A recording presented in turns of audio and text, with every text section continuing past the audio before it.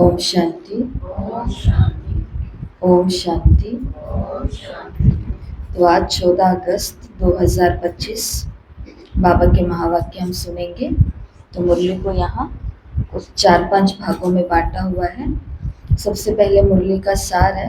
तो मुरली के सार के अंदर बाबा ने विशेष जो बातें हमें 3 बातें करने के लिए कही है, वो है ऑनेस्ट रहो, ईमानदार रहो, किसी को दुख मत दो, श्रेष्ठ मत पर चलो या श्रेष्ठ मत को आगे रखो।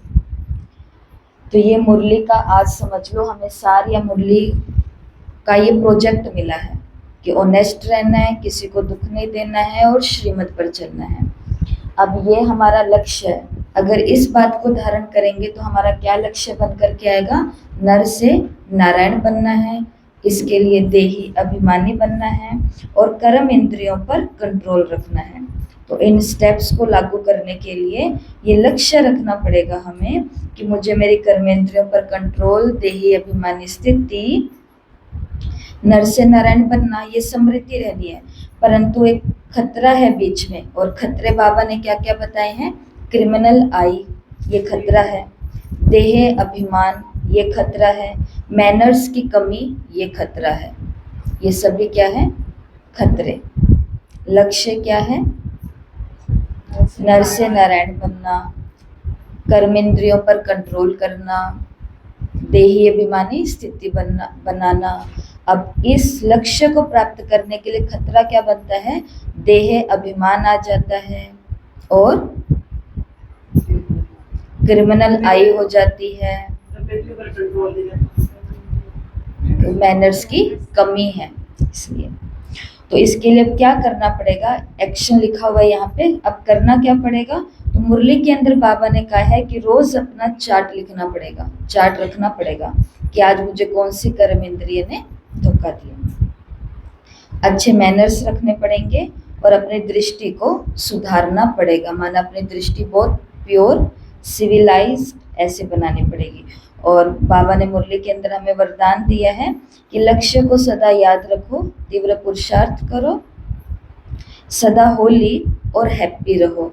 तो ये मुरली, अभी मुरली को सुनेंगे, उसके बाद में सारा काम हमें आज याद भी करना है और एक्शन का मतलब है आज कर्म के अंदर इसको लेकर के भी आना है। तो आज सतगुरुवार है। बाबा के महावाक्य, सच्चे सतगुरु के महावाक्य सुनते हैं। मीठे बच्चे, बाप से ऑनेस्ट रहो, अपना सच्चा सच्चा चार्ट रखो, किसी को भी दुख ना दो, एक बाप की श्रेष्ठ मत पर चलो। प्रश्न, जो पूरे 84 जन्म लेने वाले हैं उनका पुरुषार्थ क्या होगा? जो पूरे 84 जन्म लेने वाले हैं उनका पुरुषार्थ क्या होगा? तो चेकिंग का ये तरीका है आज की मुरली में। उत्तर, उनका विशेष पुरुषार्थ नर से नारायण बनने का होगा। अपने कर्म इंद्रियों पर उनका पूरा कंट्रोल होगा। उनकी आंखें क्रिमिनल नहीं होगी। अगर अब तक भी किसी को देखने से विकारी ख्यालात आते हैं, क्रिमिनल आई होती है, तो समझो पूरे 84 जन्म लेने वाली आत्मा नहीं है। तो यहाँ से हम अपनी चेकिंग कर सकते हैं कि मैं पूरे 84 जन्म, और पूरे 84 जन्म लेने वाली आत्मा का मतलब शुरुआत के अंदर फर्स्ट में आने वाली आत्मा नहीं हूँ। किस आधार पर? आंखें भी बुरे ख्यालात आते हैं किसी को देख करके, और आंखें भी क्रिमिनल है। गीत है, इस पाप की दुनिया से कहीं ले चल। ओम शांति। मीठे मीठे रूहानी बच्चे जानते हैं कि ये पाप की दुनिया है। पुण्य की दुनिया को भी मनुष्य जानते हैं। मुक्ति और जीवन मुक्ति पुण्य की दुनिया को कहा जाता है। वहाँ पाप होता नहीं। पाप होता है दुख धाम रावण राज्य में। दुख देने वाले रावण को भी देखा है।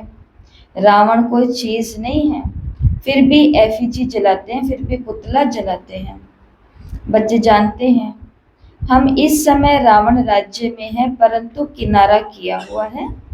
हम अभी पुरुषोत्तम संगम युग पर हैं। बच्चे जब यहाँ आते हैं तो बुद्धि में ये है हम उस बाप के पास जाते हैं जो हमें मनुष्य से देवता बनाते हैं, सुख धाम का मालिक बनाते हैं। सुख धाम का मालिक बनाने वाला कोई ब्रह्मा नहीं है, कोई भी देहधारी नहीं है, वो है ही शिव बाबा, जिसको देह नहीं है। देह तुमको भी नहीं थी, परंतु फिर तुम देह लेकर जन्म मरण में आते हो, तो तुम समझते हो हम बेहद के बाप के पास जाते हैं, वो हमको श्रेष्ठ मत देते हैं। तुम ऐसा पुरुषार्थ करने से स्वर्ग का मालिक बन सकेंगे। कैसा पुरुषार्थ करने से? श्रेष्ठ मत पर चलने से। तो हर काम के लिए, हर कर्म के लिए, हर संकल्प भी जो उठ रहा है उसके लिए भी बाबा ने हमें क्या दी हुई है? मत दी हुई है। जैसे किसी को देखा, विकारी ख्यालात आया, तो इसके लिए भी बाबा की मत मिली हुई है। कौन सी मत मिली हुई है? कौन सी श्रीमत मिली हुई है? हाँ हाँ, कि किसी को शरीर देखना ही नहीं है, कि देखना ही उसको क्या है? आत्मा। अब आपसे प्रश्न है, आत्मा देखेंगे कैसे? कुसुम बहन, कैसे? बाबा कहते हैं सामने वाले को आत्मा देखो, कैसे देखोगे आत्मा? उसका शरीर, अभी आपको मेरा शरीर तो नहीं दिखाई दे रहा?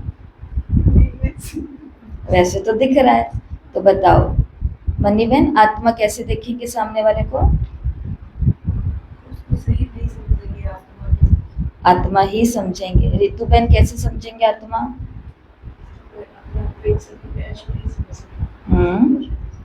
खुद को आत्मा समझ करके उसको समझ सकते हैं।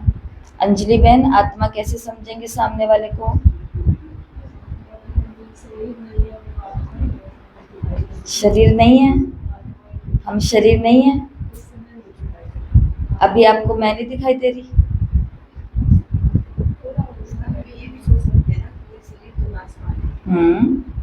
कि जिसके ऊपर मैं प्रभावित हो रही हूँ, जो मुझे सुंदर लग रहा है, जो मुझे अच्छा लग रहा है, जिसके प्रति शायद मेरी दैहिक दृष्टि जा सकती है, ये तो क्या है? वो बताया था ना, शरीर क्या है, देह क्या है? किसको याद है देह क्या है?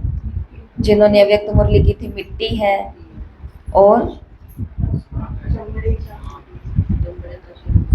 सांप है, कचरे का डब्बा है, पित्त की थैली है, स्टूल और यूरिन, मल और मूत्र है, और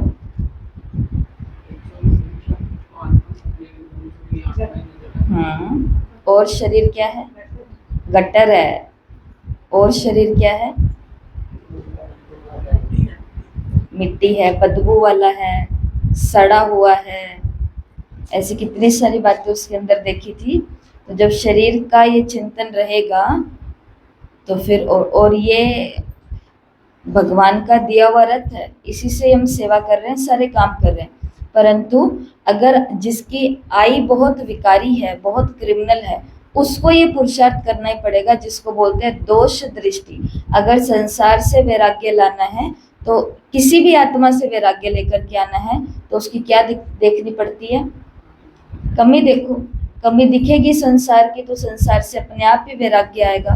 पर जिसके अंदर कमी है, उसके अंदर हमें कमी भी नहीं दिखती है, तो और भी ज्यादा मोह आता है। जैसे माँ को अपने बेटे के अंदर कमी दिखती है कभी? वो कमियों का खान होगा, परंतु फिर भी कमी तो नहीं दिखेगी ना। इसलिए वो कमी नहीं दिखती है, तो भी उससे दूर होकर के भी पास आती है, पास होकर के भी दूर होती है, खेल चलता रहता है। ये एक उदाहरण है, ऐसे बहुत सारे उदाहरण है दुनिया में। तो अब इसका उत्तर है, किसी को भी आत्मा देखने का मतलब क्या होता है? तो ये तो आपने बातें बताई, ये तो है ही है, परंतु किसी को आत्मा देखने का मतलब है उसकी गुण, उसकी विशेषताएं देखना। वो गीत नहीं आता, जिसकी रचना इतनी सुंदर, वो खुद कितना सुंदर होगा। तो सामने वाले की किन किन चीजों पर हम प्रभावित होते हैं? शक्ल, सूरत, रंग, रूप पर। तो ये देने वाला कौन है? मेरा बाबा ही तो है। कमाल है बाबा की। बाबा ने कलयुग के इंसान को इतना सुंदर बनाया है, तो बाबा सत्युग का इंसान तो पता नहीं क्या ही होगा। और क्या देखो, उसके गुण। और गुण कौन से होते हैं? कोई ना कोई उसकी बोलने की कला होती है, उठने बैठने का स्टाइल होता है, कुछ तो होता है ऐसा। तो वो भी गुण दाता कौन है? शिव बाबा। तो किसी को आत्मा देखने का मतलब है उसके गुण, उसकी विशेषताओं को पहले देख लेना, और उससे पहले जैसा आपने बोला कि खुद को आत्मा समझेंगे तो सामने वाली भी आत्मा ही दिखेगी। ये पुरुषार्थ है। तो बाबा हमें श्रेष्ठ मत देते हैं हर एक कर्म के लिए। समझते हैं नई दुनिया जरूर है, वो भी जरूर कोई स्थापन करने वाला है। नरक भी कोई स्थापन करते हैं। तुम्हारा सुख धाम का पाठ कब पूरा होता है वो तुम जानते हो। फिर रावण राज्य में तुम दुखी होने लगते हो। इस समय ये है दुख धाम। ये कंगाल दुनिया दुखी दुनिया है। बल कितने भी बड़े बड़े मकान हैं, सुख के सब साधन हैं, तो भी कहेंगे तो पतित और पुरानी दुनिया ही ना। विषय वैतरणी नदी में गोता खाते रहते हैं। ये भी नहीं समझते हैं कि विकार में जाना पाप है। कहते हैं इसके बिना सृष्टि वृद्धि को कैसे पाएगी। बुलाते भी हैं हे भगवान, हे पतित पावन, आकर इस पतित दुनिया को पावन बनाओ। आत्मा कहती है शरीर द्वारा, आत्मा ही पतित बनी है तब तो पुकारती है। स्वर्ग में भी पतित, स्वर्ग में एक भी पतित होता नहीं है। तो तुम बच्चे जानते हो कि संगम युग पर जो अच्छे पुरुषार्थी हैं वही समझते हैं कि हमने 84 जन्म लिए हैं, फिर इन लक्ष्मी नारायण के साथ हम ही सतयुग में राज्य करेंगे। एक ने तो 84 जन्म नहीं लिया है ना। राजा के साथ प्रजा भी चाहिए। तो तुम ब्राह्मणों में भी नंबरवार है। कोई राजा रानी बनते, कोई प्रजा बनते। बाप कहते बच्चे अभी तुम्हें दैवी गुण धारण करने, जो मैनर्स की बात आई है, ज्ञान हमारे अंदर कितना भी ऊंचा क्यों नहीं है, बाबा के साथ योग हमारा कितना भी अच्छा क्यों नहीं लगता, परंतु मैनर्स होने तो कंपल्सरी है ना, जरूरी है। तो दैवी गुण भी तुम्हें धारण करने हैं। ये आंखें क्रिमिनल है। कोई को देखने से विकार की दृष्टि जाती है तो उनके 84 जन्म नहीं होंगे। अगर ऐसा है हमारे साथ, अब बताओ 84 जन्म लेने हैं पूरे कि कम लेने हैं? इच्छा बताओ सिर्फ। 84 जन्म पूरे लेने हैं। बाबा पूरा 84 जन्म का मतलब है फर्स्ट कृष्ण के साथ आकर के शुरू करना नया ड्रामा। तो आना है, असली वाली जन्माष्टमी बनानी है ना, कृष्ण के साथ में। तो पूरे 84 जन्म लेने हैं। तो बाबा ने आज का हमें क्या लक्ष्य और क्या होमवर्क दिया है? अपनी आई को, अपनी दृष्टि को कैसा बनाना है? प्योर, बिल्कुल पवित्र, बिल्कुल सिविलाइज्ड, जिसको बोलते हैं आत्मा आत्मा, भाई भाई। तो बाबा ने कहा आएंगे नहीं तो नहीं आएंगे, वो नर से नारायण फिर नहीं बन सकेंगे। जब इन आंखों पर जीत पा लेंगे तब कर्मातीत अवस्था होगी। सारा मदार आंखों पर है, आंखें ही धोखा देती है। वो कहानी आपने तो कितनी 1000 बारी सुन ली होगी। आंखों ने आम को देखा किसी के बगीचे में लगा हुआ, देखा तो आंखों ने जैसे ही आम को देखा ऑटोमेटिक मन करने लग गया कि मुझे भी ये आम खाना है। देखा तो ही मन किया ना। फ्रिज के अंदर कोई मिठाई देखते हैं तभी तो मन करता है कि खाने, अगर दिखे ही ना तो कुछ खाने का मन होगा? नहीं होगा। देखा आंखों ने, कूदे पैर, तोड़ा हाथों ने, डंडे खाए पीठ ने, रोई कौन? आंखें। तो सारा तो जिसने किया उसको तो भुगतान करना पड़ेगा, परंतु ब्याज मिलेगा बीच में कि नहीं मिलेगा? तो ये ब्याज मिलते हैं फिर बीच में कि हर कर्मेंद्रिय को कष्ट भोगना पड़ता है। इसलिए बाबा ने कहा ये आंखें बहुत धोखा देती है। आत्मा इन खिड़कियों से देखती है। इसमें तो डबल आत्मा है। बाप भी इन खिड़कियों से देख रहे हैं। इसलिए आपको बोलते हैं आंखें खोल के बाबा को देखते हुए योग किया करो, बाबा से दृष्टि लिया करो। उसके पीछे कारण है, इन खिड़कियों के माध्यम से हमें कौन देख रहा है? बाप दादा दोनों देख रहे हैं। तो बाप भी इन खिड़कियों से देख रहे हैं। हमारी भी दृष्टि आत्मा पर जाती है। बाप आत्मा को ही समझाते हैं, कहते हैं मैंने भी शरीर लिया है, तब बोल सकते हैं तुम जानते हो बाबा हमको सुख की दुनिया में ले जाते हैं, ये रावण राज्य है। तुमने इस पतित दुनिया से किनारा कर लिया है। कोई बहुत आगे बढ़ गए हैं, कोई पिछाड़ी में हट गए हैं। हरे कहते भी हैं कि पार लगाओ।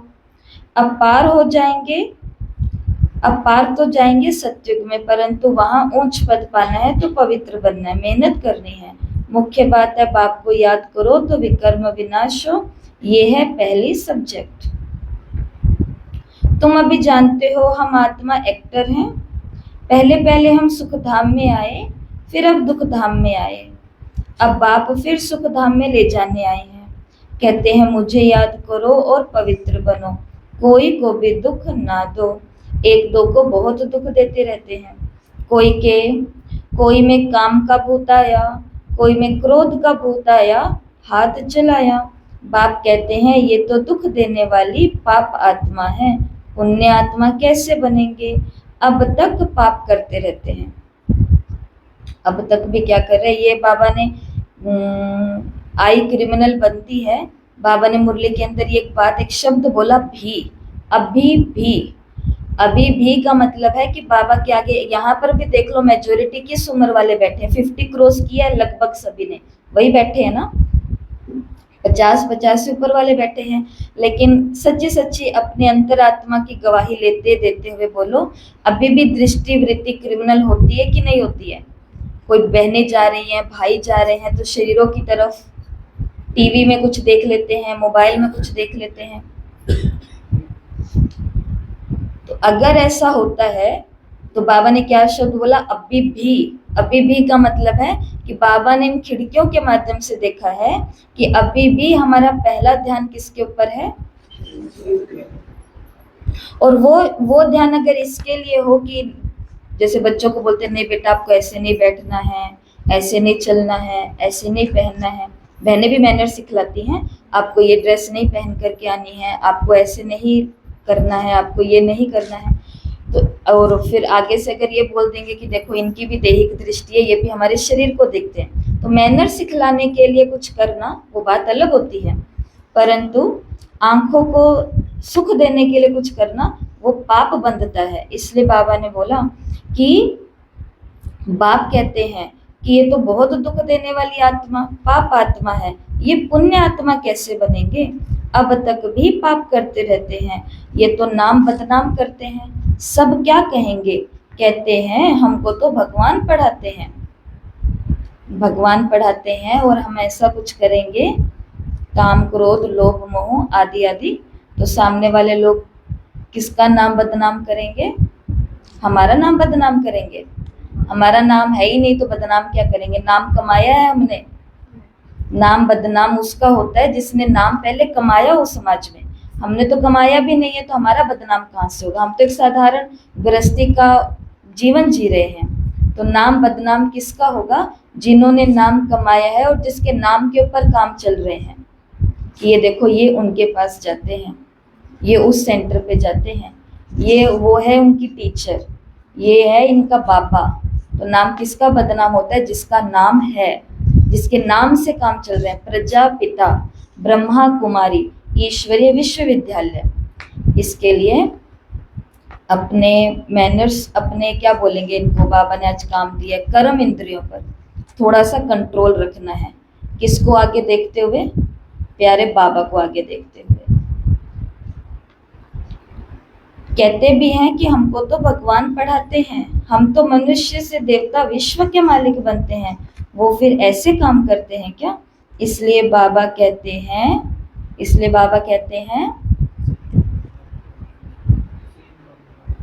सी no evil top no evil. इसलिए बाबा कहते हैं रोज रात में अपने को देखो।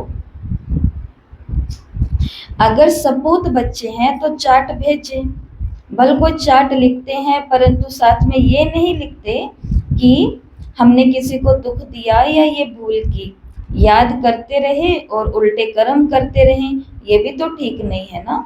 उल्टे कर्म करते तब हैं जब देह अभिमानी बन पड़ते हैं, बॉडी कॉन्शियस। तो ये चक्कर कैसे फिरता है? ये तो बहुत सहज है, एक दिन में भी टीचर बन सकते हैं। बाप तुमको 84 का राज समझाते हैं, टीच करते हैं, फिर जाकर के उस पर मनन करना है। हमने 84 जन्म कैसे लिए? उस सिखलाने वाले टीचर से दैवी गुण भी जास्ती धारण कर लेते हैं। स्टूडेंट कमाल का हो तो टीचर से भी ज्यादा गुण धारण कर सकता है। बाबा सिद्ध कर बतला सकते हैं, दिखाते हैं, बाबा हमारा चार्ट देखो, हमने जरा भी किसी को दुख नहीं दिया। तो बाबा कहेंगे ये बच्चा तो बड़ा होशियार है। जो किसी को भी दुख नहीं दिया तो बाबा क्या कहेंगे, ये बच्चा तो बड़ा सिंसियर है, ये बच्चा तो बड़ा सुखदेव है, ये बच्चा तो बड़ा सपूत है, सियाना है, समझू है, मुरब्बी है। ये बच्चा तो बड़ा। कोई कहते हैं कि बाबा अपने चार्ट में लिखते हैं रात को कि बाबा आज मैंने किसी को भी मन वचन कर्म से दुख नहीं दिया। और इसके अंदर अपने आप को भी लेना, क्योंकि जब हम अवज्ञाएं करते हैं उस समय हम अपने आप को भी दुख दे रहे होते हैं, गलाने में होते हैं ना, आज मैंने मुरली नहीं सुनी, खुद को दुख दे रहे हैं, आज मैंने योग नहीं किया, खुद को दुख दे रहे हैं, आज मैंने वो नहीं किया, खुद को दुख दे रहे हैं। तो खुद को भी दुख की लिस्ट से बाहर निकालना है, पहले तो रहम करना है अपने ऊपर। तो बाबा कहेंगे कि ये बच्चा तो बड़ा मीठा है। ऐसे तो बाबा पब्लिकली मुरली की शुरुआत में सबसे पहले हम सबको ही क्या बोलते हैं, जय। जो आज पहली बारी क्लास में आया हो तो भी बाबा यही बोलेगा, मीठे बच्चे, ये पब्लिकली है। लेकिन पर्सनली बाबा मीठा किसको बोलेगा, जो बाबा को चार्ट में रात को ये लिख करके बताएगा कि बाबा मेरे को तो दुख मिला सो मिला, उस आत्मा को आप सद्बुद्धि देना, परंतु मैंने किसी को भी दुख नहीं दिया। अच्छी खुशबू निकाल रहा है ये बच्चा। टीचर बनना तो सेकंड का काम है। टीचर से भी स्टूडेंट याद की यात्रा में तीखे निकल जाते हैं, तो टीचर से भी उच्च पद पाएंगे। बाबा तो पूछते हैं किसी को टीच करते हो, ये आपका पेपर आ गया। बाबा पूछते हैं कि किसी को पाठ पढ़ाते हो, लेसन पढ़ाते हो, जो बाबा ने हमें पढ़ाए हैं, मुरली के ज्ञान सुनाते हैं रोज एक आत्मा को। तो हमारे यज्ञ का नियम था कि जब तक एक आत्मा को भी ज्ञान नहीं सुनाया, मतलब एक को भी चाहे सुना दो, परंतु जब तक किसी को ज्ञान नहीं सुनाया तब तक भोजन नहीं करना, नाश्ता नहीं। अगर नाश्ते के बाद किसी को ज्ञान सुना दिया तो अब बैठ करके करो, लंच करो। लेकिन कभी कभी ऐसा होता था कि कोई अगर मिले ही ना तो पूरा दिन उपवास हो जाता था। ये व्रत रखने का तरीका होता था। तो ये कर सकते हैं हम। अब रोज एक कहाँ से लेके आएंगे? हाँ, पुराने वाले कोई थोड़ा थोड़ा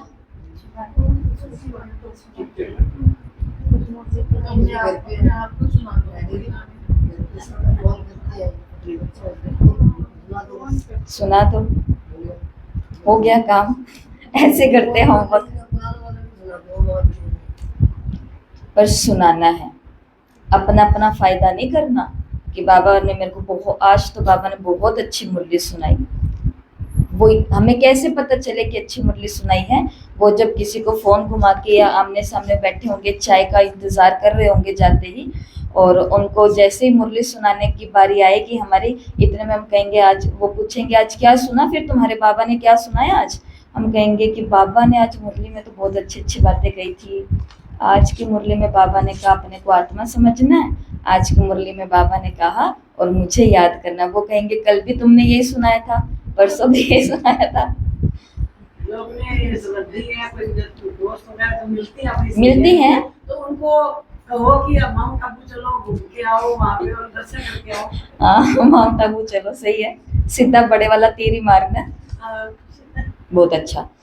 तो आज ये बहुत सारे लोग हैं जिन्होंने 1975 की भट्टी नहीं की थी ना अव्यक्त मुरलियों की, पर जिन्होंने की है उनको तो याद होगा। आपको एक टेक्निक बताई थी, एक विधि बताई थी। वो विधि ये थी कि मुरली, ये पूरी 4 पन्ने की मुरली है, तो इस मुरली को हमने पढ़ लिया। अब पढ़ते पढ़ते ये चीज़ का लक्ष्य रखो कि ये मुरली मुझे 5 साल के बच्चे को सुनानी है, ये मुरली मुझे 5 साल के बच्चे को सुनानी है, ये मुरली मुझे किसी नई आत्मा को सुनानी है। उसको याद रखते हुए फिर मुरली को पढ़ो, कोई लक्ष्य लेकर के मुरली को पढ़ो, तो मुरली के अंदर से ऑटोमेटिक वो वाले महावाक्य सामने आएंगे जो बच्चों के लिए जरूरी हैं, जो नई नई आत्माओं के लिए जरूरी है। जैसे अभी तक आपने मुरली सुनी है, ये मुरली अगर आपको नए को सुनानी है किसी को, तो आप कैसे सुनाओगे?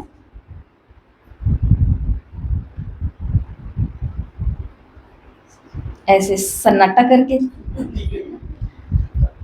हाँ, कैसे सुनाओगे? सुनाओ, मैं आपके आगे की नई आत्मा खड़ी हूँ और आपको ये मुरली मुझे सुनानी है, कैसे सुनाओगे ये मुरली?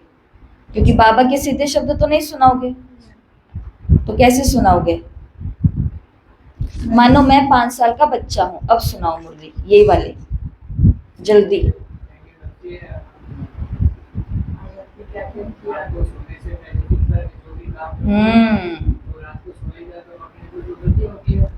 Very good. हाँ, अब ये किसके महावाक्य हैं? ये हमारे महावाक्य हैं कि दीदी के हैं कि दादी के हैं कि ब्रह्मा बाबा के हैं कि शिव बाबा के हैं? अब सीधा बोलेंगे उस 5 साल के बच्चे को, उस नई आत्मा को, कि पता है हमारे बाबा जो सर्वशक्तिवान शिव बाबा हैं, जो परम धाम में रहते हैं, जो ब्रह्मा के तन में आते हैं, वो बाबा ऐसे बोलते हैं, रोज रात को सोने से पहले अपने को आत्मा देखो और ये देखो पूरे दिन में मैंने क्या क्या विकर्म किए, क्या क्या पाप कर्म किए। अब उसको कुछ समझ में आने वाली है ये कहानी। साधारण शब्दों में बाबा के वाक्यों को कैसे हम किसी के आगे रखें, ये मुरली के अंदर है। आज क्रिमिनल दृष्टि के लिए आया है, तो हम उनको बता सकते हैं कि देखो इस फोन के अंदर बहुत बुरी बुरी चीजें हैं, तुमको ये 10 मिनट चलाना है और हमारी आंखों के आगे चलाना है, अकेले में तुमको फोन नहीं मिलेगा ये चलाने के लिए। ऐसा बच्चों को ये महावाक्य जब भगवान के हम उठाएंगे, तो उस शब्दों के अंदर ऑलरेडी ही क्या है, एक ताकत है। फिर जो ये सब लोग बोलते हैं ना हम कि वो सुनते नहीं है, वो सुनेंगे, लेकिन इस मुरली के अंदर से उठा करके शब्द बोलेंगे और इजी करके तो सुनेंगे। तो इसलिए बाबा ने ये तो थोड़ा यहाँ पर कहा है कि बाबा सबसे पूछते हैं कि किसी को टीच करते हो, पढ़ाते हो, रोज शिव के मंदिर में जाकर के टीच करो। शिव बाबा कैसे आकर के स्वर्ग की स्थापना करते हैं, स्वर्ग का मालिक बनाते हैं, समझाना तो बहुत सहज है। बाबा को चार्ट भेज देते हैं, बाबा हमारी अवस्था ऐसी है। बाबा पूछते हैं बच्चे कोई विकर्म तो नहीं करते हो, क्रिमिनल आई उल्टा सुल्टा काम तो नहीं कराती है, अपने मैनर्स करेक्टर्स देखने हैं, चाल चलन का सारा मदार आंखों पर है। आंखें अनेक प्रकार से धोखा देती है, जरा भी बिगर पूछे चीज उठा करके खाया तो वो भी पाप बन जाता है, क्योंकि बिगर छुट्टी के उठाई ना, यहाँ कायदे बहुत है। बाबा के घर में बहुत कायदे हैं। शिव बाबा का यज्ञ है ना, चार्ज वाली के बिगर पूछे चीज खा नहीं सकते हैं। जो निमित्त आत्माएं हैं जिनके पास चार्ज उस चीज का, तो उनसे पूछे बिगर वो चीज नहीं खा सकते हैं। एक खाएंगे, खा क्यों नहीं सकते हैं? बाप का ही घर है, खाओ, आप ही लेकर के आए हो शायद, तो हक है आपका खाने का, परंतु फिर भी क्यों नहीं खा सकते हैं? क्योंकि एक को देख करके दूसरे भी। क्यों आपको कहा गया? एक माता ने सिर्फ परमिशन ली हुई है मुरली से थोड़ा सा 2-4 मिनट पहले जाने की, बाकी जिन्होंने भी परमिशन नहीं ली है उनको छुट्टी नहीं है जाने की। क्यों आपको ये कहा गया कि पहले नहीं जाना मुरली से? क्योंकि ये रिवाज किसी एक आत्मा से शुरू हुआ होगा शायद इस क्लास में, उस एक से शुरू होते होते आज ये रिवाज हर किसी ने अपने मन मर्जी से शुरू कर लिया है। लेकिन ये भगवान की बहुत बड़ी अवज्ञा है या नहीं है? है या नहीं है? है। लेकिन छुट्टी लेकर के करोगे तो आपको छुट्टी या इजाजत है, लेकिन अगर एक को देख करके फिर औरों को करने की, जो कर्म करने की हिम्मत आती है, वो काम का सारा बोझ किसके ऊपर जाता है? अब वो इस बात को आप हर एक बात पर लागू करके देखो। बाबा ने तो खाने की बात करी है, सेंटरों से उठा के खा लेते हैं जो, वास्तव में यहाँ कोई चीज ताले के अंदर बंद रखने की दरकार ही नहीं है। लोग कहता है इस घर के अंदर किचन के सामने कोई भी अपवित्र नहीं आने चाहिए, बाहर में तो अपवित्र पवित्र का सवाल ही नहीं है। परंतु पतित तो अपने को कहते हैं ना, सब पतित है। कोई वल्लभाचार्य को अथवा शंकराचार्य को हाथ लगा न सके, क्योंकि वो समझते हैं हम पावन हैं, ये पतित हैं। भल यहाँ सबके शरीर पतित हैं, परंतु पुरुषार्थ अनुसार विकारों का संन्यास तो किया है ना, मेहनत तो वो ज्यादा कर रहे हैं। तो निर्विकारी के आगे विकारी मनुष्य माथा टेकते हैं। कहते हैं ये बड़ा स्वच्छ धर्मात्मा मनुष्य है। सतयुग में तो कोई मलेच्छ होते ही नहीं है ही वो पवित्र दुनिया। एक ही कैटेगरी के हैं। तुम इस सारे राज को जानते हो, शुरू से लेकर सृष्टि के आदि मध्य अंत का राज तुम्हारी बुद्धि में रहना चाहिए। हम सब कुछ जानते हैं, बाकी कुछ भी जानने का रहता ही नहीं है। रचता बाप को जाना, सूक्ष्म वतन को जाना, भविष्य मर्तबे को जाना, जिसके लिए पुरुषार्थ करते हो। फिर अगर चलन ऐसी हो जाती है तो ऊंच पद नहीं पा सकते। सब कुछ जानने के बाद भी चलन ऐसी हो जाएगी, मैनर्स, तो बाबा ने कहा ऊंचा पद नहीं मिलेगा। किसी को दुख देते, विकार में जाते या बुरी दृष्टि रखते तो ये भी डैश है। क्या है? किसी को दुख देते, विकार में जाते या क्रिमिनल बुरी दृष्टि रखते तो ये भी डैश है। क्या है? पाप है। कई बोलते मैंने किसी की हत्या थोड़ी ना किया जाके, मैंने किसी को मारा काटा थोड़ी ना है। लेकिन बाबा ने कहा एक आत्मा को तो मार दिया, और वो कौन सी आत्मा है? खुद को। उस मुरली के अंदर सबने सुना है 5 प्रकार की ड्रेस जो हमें नहीं पहननी है। उसमें जो लास्ट वाली ड्रेस थी वो कौन सी थी? खून वाली ड्रेस। तो जब हम किसी को विकार की दृष्टि से देखते हैं, उसको तो मालूम भी नहीं पड़ा, क्योंकि वो आत्मा तो इतनी प्योर है, उसको तो पता भी नहीं पड़ा कि सामने वाला जो मेरे को इतना अच्छा लग रहा है वो मुझे कुदृष्टि से देख रहा है। तो उसका तो कुछ नुकसान हुआ कि नहीं हुआ, परंतु नुकसान एक आत्मा का खून होता है। बाबा ने कहा विवेक का खून करते हो जब तुम विकारी दृष्टि रखते हो, किसी को दुख देते हो। किसी को दुख देंगे, सामने वाला तो इतना मजबूत है कि उसने तो दुख की फीलिंग ही नहीं ली, लेकिन एक आत्मा का तो घात कर दिया, किसी को दुख दे करके अपने विवेक को खत्म कर दिया और एक नया संस्कार बना लिया कि मैं किसी को भी दुख दे सकती हूँ। क्या बड़ी बात है। तो दृष्टि बदल जाए, इसमें बड़ी मेहनत है। दृष्टि बहुत अच्छी चाहिए। आंखें देखती हैं, आंखों ने देखा कि कोई गुस्सा कर रहा है, कोई क्रोध कर रहा है, तो खुद भी लड़ने लग पड़ते हैं। शिव बाबा में जरा भी लव नहीं है, याद ही नहीं करते हैं। बलिहारी शिव बाबा की, बलिहारी गुरु आपकी, बलिहारी उस सतगुरु की जिसने गोविंद श्री कृष्ण का साक्षात्कार कराया। गुरु द्वारा तुम गोविंद बनते हो। ये है ना, दोहा है, दो खड़े काको लागू पाव, बलिहारी गुरु आपकी, गोविंद दियो मिलाए। तो बाबा ने कहा यहाँ पर गुरु और गोविंद कौन है? गुरु है शिव बाबा और गोविंद हर भाव से ले सकते हैं, और गोविंद से मिला दिया, अर्थात हमें हमारे आने वाले नए लक्ष्य से, जो हमारा जीवन बनने वाला है। साक्षात्कार से सिर्फ मुख मीठा नहीं होता है। मीरा का मुख मीठा हुआ क्या? सचमुच स्वर्ग में तो नहीं गई, वो भक्ति मार्ग है, उनको स्वर्ग का सुख नहीं कहेंगे। गोविंद को सिर्फ देखना नहीं है, गोविंद के जैसा बनना भी है।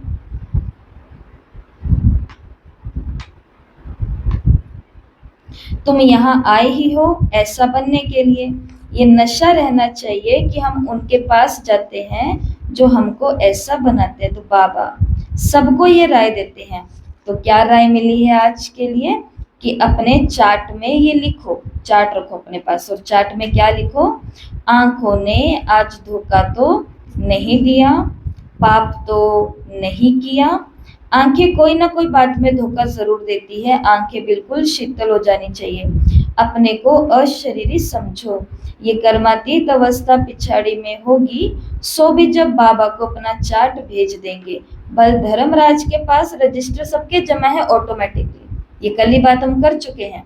बाप और टीचर और गुरु के रूप में बाबा कोई अंतर्यामी नहीं है, बाबा कोई जाने जाननहार नहीं है, लेकिन धर्मराज के रूप में हमारा सब कुछ खाता किसके पास ऑलरेडी ही ऑटोमेटिक ही जमा हो जाता है।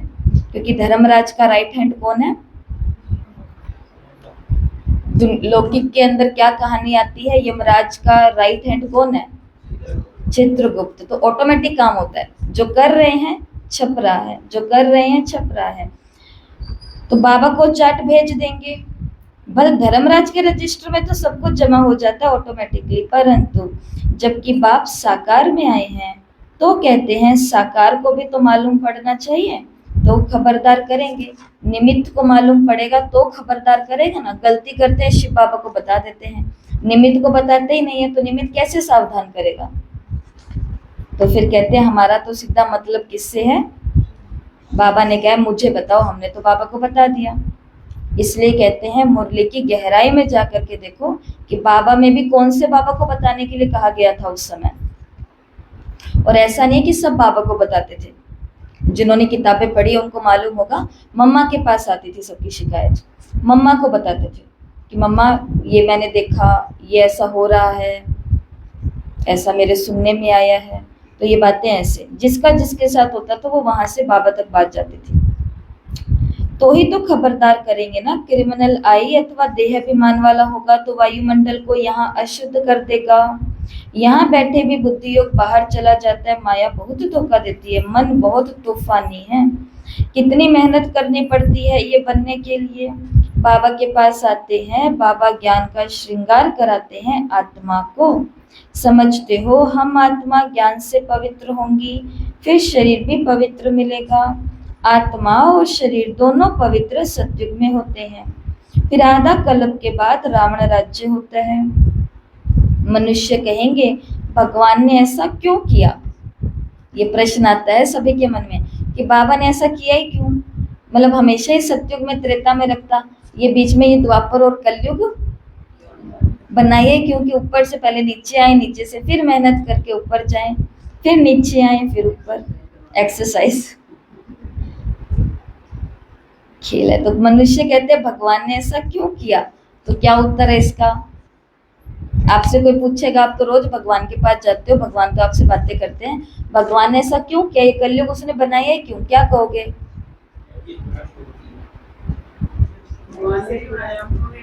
वेरी गुड, भगवान ने नहीं बनाया, किसने। अभी अभी सत्युग हम बना सकते हैं। यहाँ पर ये जो 25-30 आत्माएं बैठी हैं, ये अभी की अभी यहाँ पर सत्युग बना सकती है। बाबा ने कहा टीचर एक दिन में बन सकते हो, अंदर में समर्पण हो गया, ये लो जी बन गए। सत्युग बनाना है तो कितनी देर लगेगी सत्युग बनाने में। बाबा ने कहा चुटकी का काम है ये। अंदर में केवल दृढ़ता चाहिए कि बस मैंने अब कलयुग का किनारा छोड़ दिया। आपके लिए आज से ही कलयुग खत्म हो जाएगा। आपको अपने घर में सभी उन लोगों के बीच में रहते हुए खुद को फीलिंग आएगी कि मैं तो कौन है सत्युग और कलयुग बनाने वाला। बाबा का इससे कोई भी लेना देना। बाबा ने कहा, पूछते हैं कि भगवान ने ऐसा क्यों किया। तो उत्तर है ये अनादि ड्रामा बना हुआ है, भगवान ने थोड़ी कुछ किया। बच्चा 25, 26, 27 साल तक होता है, कॉलेज में एंजॉय कर रहा होता है, बढ़िया घूम रहा होता है, इधर उधर मूवी देख रहा होता है, दोस्तों के साथ बातें कर रहा होता है। तब तक वो कभी माँ बाप को बोलता है मेरे को इस धरती पर लाया ही क्यों। लेकिन जैसे वो बच्चा 40-50 साल का होता है और खुद के बच्चे अब उसके तूफानी बन रहे हैं, तो वो बच्चा किसको कहता है, अपने माँ बाप को दुखी होकर के, मेरे को ही क्यों पैदा किया आपने, तो मेरे पीछे ये इतनी बड़ी फौज भी ना खड़ी होती। तो हमारे साथ भी यही होता है। हम भगवान को क्यों बोल रहे हैं, भगवान तूने ये दुनिया बनाई क्यों है, क्योंकि आज इस दुनिया के अंदर हम दुखी हो चुके हैं। लेकिन कल तक जब हम सुखी थे तब हमने कभी ये नहीं बोला कि बाबा तूने इतनी सुंदर दुनिया क्यों बनाई, क्योंकि उसका आनंद उठाने में बिजी थे हम। और आज भी ऐसा ही होता है। बाबा ने कहा भगवान ने थोड़ी कुछ किया है, सत्युग में तो होता ही है एक देवी देवता धर्म। कोई कोई कहते हैं ऐसे भगवान को हम याद क्यों करें, लेकिन तुम्हारा दूसरे धर्म से कोई मतलब नहीं है। जो कांटे बने हैं वही आकर के फूल बनेंगे। मनुष्य कहते हैं क्या भगवान सिर्फ भारतवासियों को इस स्वर्ग में लेके जाएगा। हम नहीं मानेंगे। भगवान की भी 2 आंखें हैं क्या, परंतु ये तो ड्रामा बना हुआ है। सब स्वर्ग में आए तो फिर तो वहां पर भी अनेक धर्मों का पाठ कैसे चले। स्वर्ग में इतने करोड़ होते नहीं हैं। पहली मुख्य बात भगवान कौन है उनको तो समझो। ये नहीं समझा तो अनेक प्रश्न करते रहेंगे, सारे प्रश्न वही खत्म हो जाते हैं जहाँ पर हमको निराकार शिव बाबा का कर्तव्य समझ में आ जाता है। अपने को आत्मा समझेंगे तो कहेंगे ये बात तो ठीक है, हमको पति से पावन जरूर बनना है, याद करना है उस एक को। सब धर्मों में भगवान को याद करते हैं।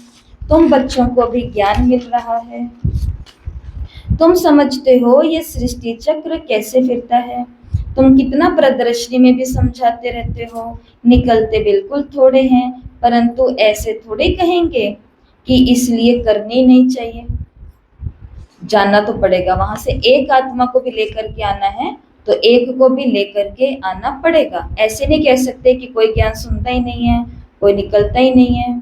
ड्रामा में था, हमने किया, कहाँ से निकलते भी हैं प्रदर्शनी से और कहाँ से नहीं भी निकलते। आगे चल आएंगे, परंतु बीज डालते जाओ, ये कहाँ जाएंगे। अब कहाँ के भूले भटके भटके ये त्योहारों पर आ जाते हैं, तो फिर मालूम पड़ता है कि देखो अच्छा हुआ जब इनको ज्ञान सुनाया हुआ है, तो एक घर खुला हुआ रहता है। बाबा ने कहा आगे चल के ऊंच पद पाने का पुरुषार्थ अपने आप करने लग पड़ेंगे। कोई को कम पद पाना होगा तो इतना पुरुषार्थ नहीं करेंगे। बाप बच्चों को फिर भी समझाएंगे, विकर्म कोई नहीं करो। ये भी नोट करो कि हमने किसी को दुख तो नहीं दिया, कोई से लड़ा झगड़ा तो नहीं, उल्टा सुल्टा तो नहीं बोला, कोई अकर्तव्य का काम तो नहीं किया। 4 पॉइंट्स हैं। बाबा कहते हैं विकर्म जो किए हैं सो लिखो। ये तो जानते हो द्वापर से लेकर के विकर्मी करते हैं, अभी तो बहुत विकर्मी बन गए हैं। बाबा को लिख करके देने से बोझा हल्का हो जाएगा। लिखते हैं हम किसी को भी दुख नहीं देते। बाबा कहते हैं अच्छा चार्ट लेकर के आना तो देखेंगे। बाबा मैं आपको पूरा दिन याद करती हूँ। बाबा आगे से बोल देते हैं चार्ट पर लिख करके देना कितने घंटे याद करते हो। तो हम दूध का दूध और पानी का पानी होता है कि नहीं होता, क्योंकि लिखत वाली चीज ऑफिशियल मानी जाती है कि वो पेपर पर आ गई है। मुंह से तो बोल दो ये घर मेरा है, लेकिन पेपर वर्क में ये नाम पे है मेरे, माना तो यही जाएगा ना, सबूत। कानून सबूत मांगता है। इसलिए वो कानून की देवी को कैसे बताया गया है, आंख पर पट्टी बताई हुई है। तो बाबा ने कहा, बच्चे कहते कि बाबा मैंने आज किसी को दुख नहीं दिया। बाबा कहते अच्छा चार्ट लेकर के आना तो देखेंगे। बाबा बुलाएंगे भी ऐसे अच्छे बच्चों को कि हम देखें तो सही। सपूत बच्चों को बाप बहुत प्यार करते हैं। बाबा जानते हैं अभी कोई संपूर्ण तो बना नहीं है। बाबा हर एक को देखते हैं कैसे पुरुषार्थ करते हैं। बच्चे चार्ट नहीं लिखते हैं तो जरूर कुछ खामियां तो है जो बाबा से छिपाते हैं। सच्चा ऑनेस्ट बच्चा उनको ही समझता हूँ जो चार्ट लिखते हैं। चार्ट के साथ फिर मैनर्स भी चाहिए। अच्छा मीठे मीठे सिकिलधे बच्चों प्रति माता पिता बाप दादा का याद प्यार और गुड मॉर्निंग। रूहानी बाप की रूहानी बच्चों को नमस्ते। हम रूहानी बच्चों की रूहानी माता पिता बाप दादा को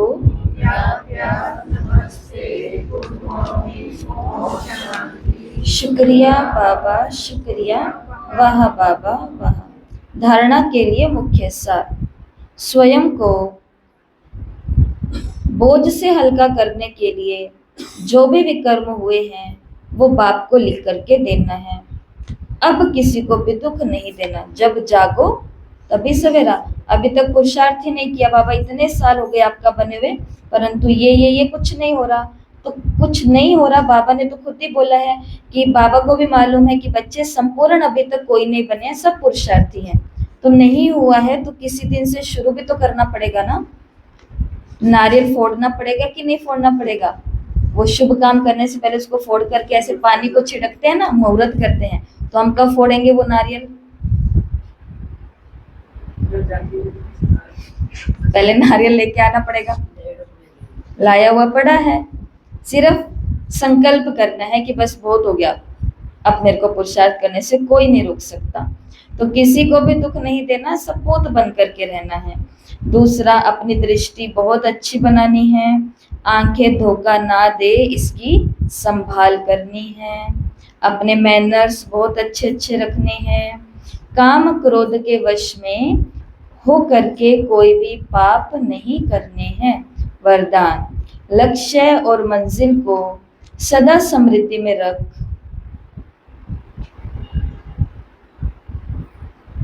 लक्ष्य और मंजिल को सदा समृद्धि में रख। तीव्र पुरुषार्थ करने वाले सदा होली और हैप्पी भव। ब्राह्मण जीवन का लक्ष्य है बिना कोई हद के आधार के सदा आंतरिक खुशी में रहना। चीजें मिल रही है तो भी खुश है, नहीं मिल रही तो भी खुश है। निराधार जीवन जीना, जिसको बीके लाइफ जीनी है सच्ची वाली, उसका एक ही फंडा है, एक ही नियम है, और वो है बिना किसी आधार के जीना। कल के मुरली का स्लोगन क्या था? जो सदा खुश है वही खुश नसीब है। ये खुश नसीब की परिभाषा। और हम खुश नसीब किसको समझते हैं? जिसका घर बहुत बड़ा रही है तो बहुत खुश नसीब है, इनके बच्चे बहुत अच्छे हैं तो बहुत खुश नसीब है, इनके घर में बहुत पैसा है तो बहुत खुश नसीब है, इनके यहाँ पे कोई बीमार नहीं है तो बहुत खुश नसीब है ही वो तो खुश नसीबी की बात। परंतु जो इतना सब कुछ होने के बाद मुंह लटका करके रखते हैं तो वो खुश नसीब है? वो नहीं है। वो तो खुश नसीब फिर वो है जो मेहनत मजदूरी करते हैं, दिन का 400, 200, 300 रुपया कमाते हैं और बढ़िया मस्त जा करके घर पे दही रोटी खाते हैं और सो जाते हैं। कोई नींद की गोलियां नहीं लेनी पड़ती, कोई रात को करवटें नहीं बदलनी पड़ती, कोई उनको एसी और कूलर नहीं चाहिए, पंखे के अंदर ही घोड़े बेच करके सो रहे हैं। तो ऐसा जीवन से तो वो जीवन बढ़िया है। तो बाबा ने आज की मुरली का वरदान क्या दिया है? अगर आंतरिक खुशी में रहना है इस ब्राह्मण जीवन में तो हद के सारे आधार छोड़ने पड़ेंगे। जब ये लक्ष्य बदल हद की प्राप्तियों की छोटी छोटी गलियों में फंस जाते हो तो मंजिल से दूर हो जाते हो। इसलिए कुछ भी हो जाए हद की प्राप्तियों का त्याग तो करना ही पड़े तो उन्हें छोड़ दो, लेकिन अविनाशी खुशी को कभी नहीं छोड़ो। हद की प्राप्तियों को छोड़ दो लेकिन अविनाशी खुशी को कभी नहीं छोड़ो। होली और हैप्पी भव के वरदान को समृद्धि में रख। तीव्र पुरुषार्थ द्वारा अविनाशी प्राप्तियां करो। तो छोटे के ऊपर नहीं, बड़ी प्राप्ति के ऊपर ध्यान दो। स्लोगन है, गुण मूर्त बनकर गुणों का दान देते चलो, यही सबसे बड़ी सेवा है। गुण मूर्त बनकर गुणों का दान देते चलो, यही सबसे बड़ी सेवा है। माना आज की मुरली में आया कि बच्चे ना बदनाम कर देते हैं। हमें देख करके कोई ऐसा ना बोले कि ये देखो ऐसे होते भगवान के बच्चे, बल्कि हमें देख करके क्या बोले कि ये रोज जाते हैं, मुझे भी जानना है, ये रोज ऐसा करते हैं, मुझे भी करना है। ये सबसे बड़ी सेवा है। और आज क्या व्यक्तिशार है? मास्टर नॉलेजफुल, मास्टर सर्वशक्तिवान की स्टेज पर स्थित रह, भिन्न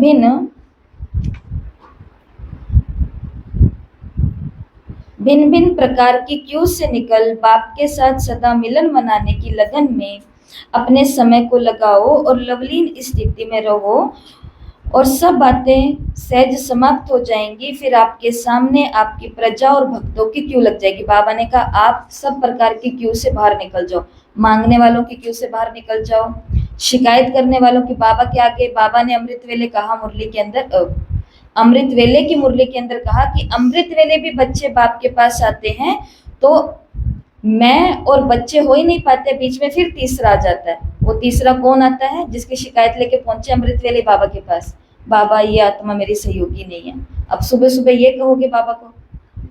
बाबा कहते हैं तुम्हारे और मेरे बीच में तीसरा आया कि नहीं आया?